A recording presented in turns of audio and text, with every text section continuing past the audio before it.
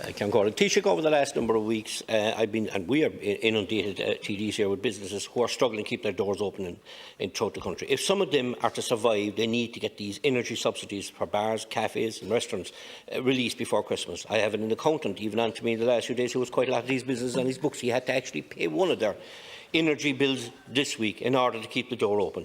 We need a proper discussion here in the Dáil this week. These subsidies aren't supposed to be paid out until February 23rd next year. For a lot of businesses, this will be too late, Taoiseach. They will be gone for good. Can we have a debate here this week to release this money earlier, Taoiseach? Yeah, could I first of all, just in terms of Deputy MacDonald's issue, that I just want to put on the record of the House in thanking our public servants and recognising the work that our public servants are doing all across government for the massive effort that has gone into and continues to go into making sure that those who have come to our country seeking refuge have speedy access to the shelter and support they need. We don't have options but to avail of all offers of accommodation, including those which in ordinary times we would not consider appropriate. And that does include the use of repurposed office buildings, sports facilities and tented structures. We are not in ordinary times, and we're doing all we can to provide shelter and to comply with our international obligations. As of November 13th, there are about 17,192 people accommodated in the International Protection Accommodation System. By comparison, at this point in last year, in 2021, there were approximately 7,250 people in IPAS accommodation. That's just in the international protection alone, separate from the Ukrainian war situation. And because of the brutal war that Putin is raging, almost 60,000 people have arrived in Ireland. And we can see the warnings this morning in respect of a freezing winter in Ukraine, the utter destruction of the infrastructure in Ukraine,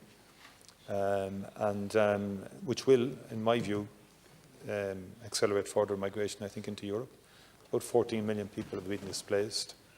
I think, when I say, I think we do need to consult, but we need to engage with the public with the horrible reality that war has brought upon the continent of Europe. And there are no easy solutions here.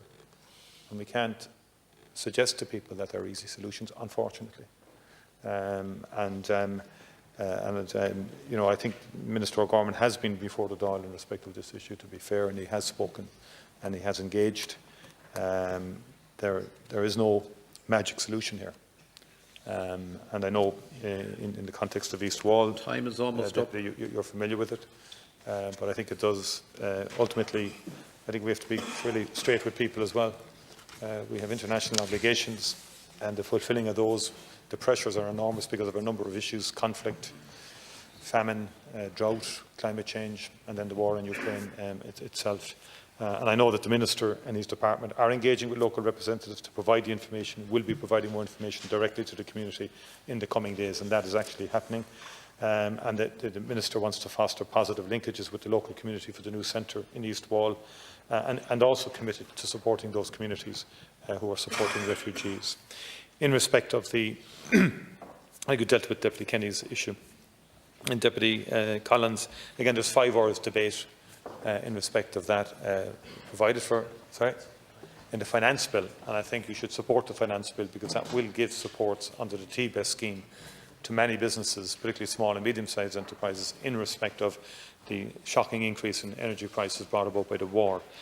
Deputy Batchik, the Minister for Education, has been meeting with victims groups over the last number of days and will continue that this week, and the Minister intends to meet with I think the education spokespeople from different parties in the House also, and the idea being to see how we can progress this issue in a victim-led way.